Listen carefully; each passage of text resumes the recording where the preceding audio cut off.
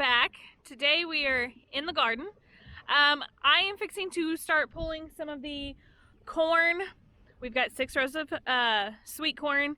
Peaches and Cream is the variety that we planted that I personally prefer.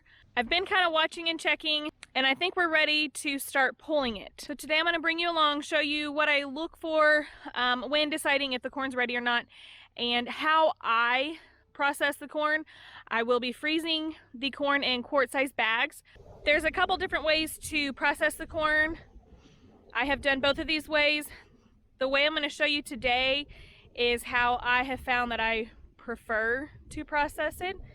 So I'll go ahead and show you that, and we'll see how far we can get this afternoon working up the corn. It may go into tomorrow, but either way, this corn is fixing to get pulled and put up for the year. We've had some crazy storms and winds here recently, so you'll notice that this first outer row of corn has been smashed down, but has also tried to recorrect itself by growing back up straight. What you're going to want to look for are the hairs for the ears of corn and them turning brown, which as you can see they are very brown. You'll notice I'm not liking what I'm seeing right there, but I guess they have to eat too. The other thing you can do is kind of peel back some of the leaves here. Look at that ear of corn. So the kernels are pretty plump. The Peaches and Cream, the yellowish orange and white or cream colored. You can also poke them, and you want the juices to really pop out when you poke them, which it did. So we're going to get some of these pulled, and I'll show you the next step in this process.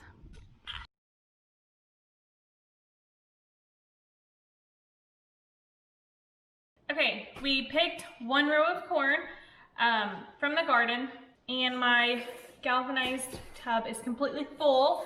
So now I'm going to show you the next step in the process that I use to process the corn. We are going to be microwaving these. Microwaving does a couple things. One, if you microwave it in the husk, it not only will kind of like pre-cook the corn, but it will also help in aiding get the silk, the hair off of the corn. I tried this last year. I would process 35 quarts of corn. So to get this started, you will leave the corn in the husk just like it is. The one thing I do like to do is cut off a little bit of the end just so that it can fit into the microwave correctly. You don't want to cut right around the bottom of the ear, but down here where it's still kind of the stalky part. Get this cut off, and it should fit in there a little easier. This one will be okay. It's pretty short. This one should be good. This one here, see how that is super long? We're probably gonna cut it off right about there. Like I said, that's just to get it to fit into the microwave a little bit better.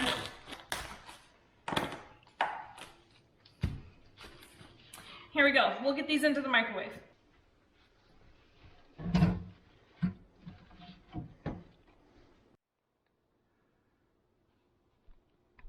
So for each ear of corn, we're going to cook it 4 minutes.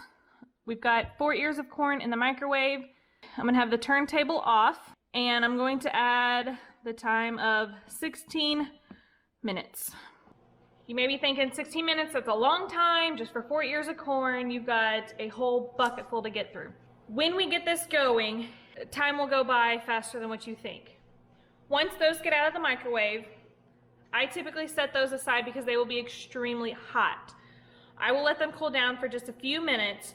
In the meantime, I'm putting another batch in the microwave so it can get started cooking. Come back to that first batch, take off the husk and the silk or the hairs, and then cut it off of the cob. So while you've got a batch in the microwave, you're also working up the previous batch that you had. Once we cut it off the cob, you're good to go ahead and put it in freezer bags and get it frozen. If you prefer to can, that is another option as well. I just, for whatever reason, think freezer corn just holds its flavor and stays crunchier and juicier.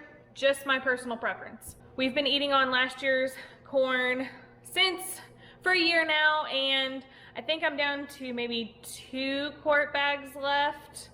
I'd have to check the freezer, but I think I have a couple left. But you guys, it is so good. Since this is the first batch, I don't have any to work up a process right now. So I'm gonna go ahead and trim some of these other ears to get them ready just to keep popping them into the microwave.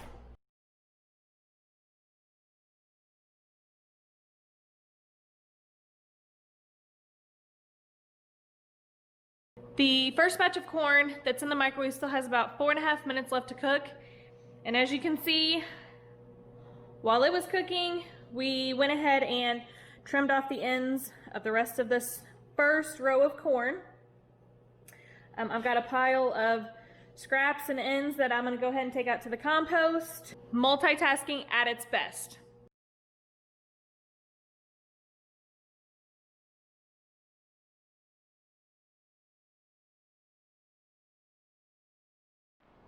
Okay, first batch of corn. It's out of the microwave. It's been cooling for a couple minutes now. I'm gonna go ahead and temp the first one, see just how hot it is. What we're gonna do, we are going to cut off the end. You wanna make sure and get up above the bottom a little bit. We're gonna make a cut right here. Grab it by the top, give it a good shake, maybe a gentle push. The corn should come right out, leaving the husk and all the silken hairs in the other hand. You have cooked it, shucked it in just that one step of microwaving. We'll see how easy this goes.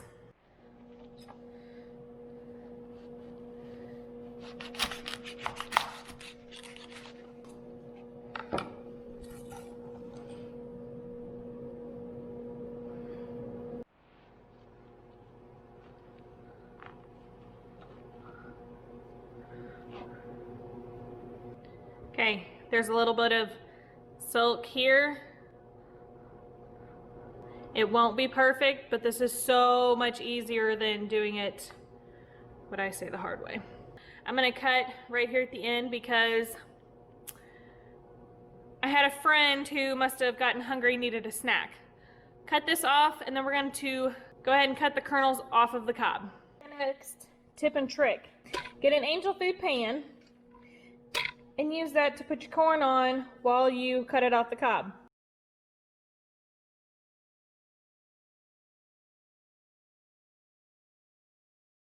I've got about 9 minutes. I'm gonna try to get these 3 ears taken care of, get the other ones ready to go into the microwave because I'm fixing to have another batch of corn to get processed. Several ears of corn later, we have put up 39 quart bags of corn. This is only part of it. I've got the rest down in the freezer. Now, as you can see, they store very well, pretty thin there. My favorite way to store them, put it in the bags, get as much air out as you can. You can put these in food saver bags, and that's going to save a lot of space as you're going to take out all of the air. But if you flatten the bags out super, super thin, lay them down on the tray like I did, put them in the freezer, get them froze, and then you can take them apart and they stack very, very nicely in containers or in baskets that you may have in your freezer. A very efficient way to freeze the corn but not take up all the space in your freezer. I hope you enjoyed today's video. If you're new here, hit that subscribe button. And until next time, happy harvesting, and we will see you later. Bye.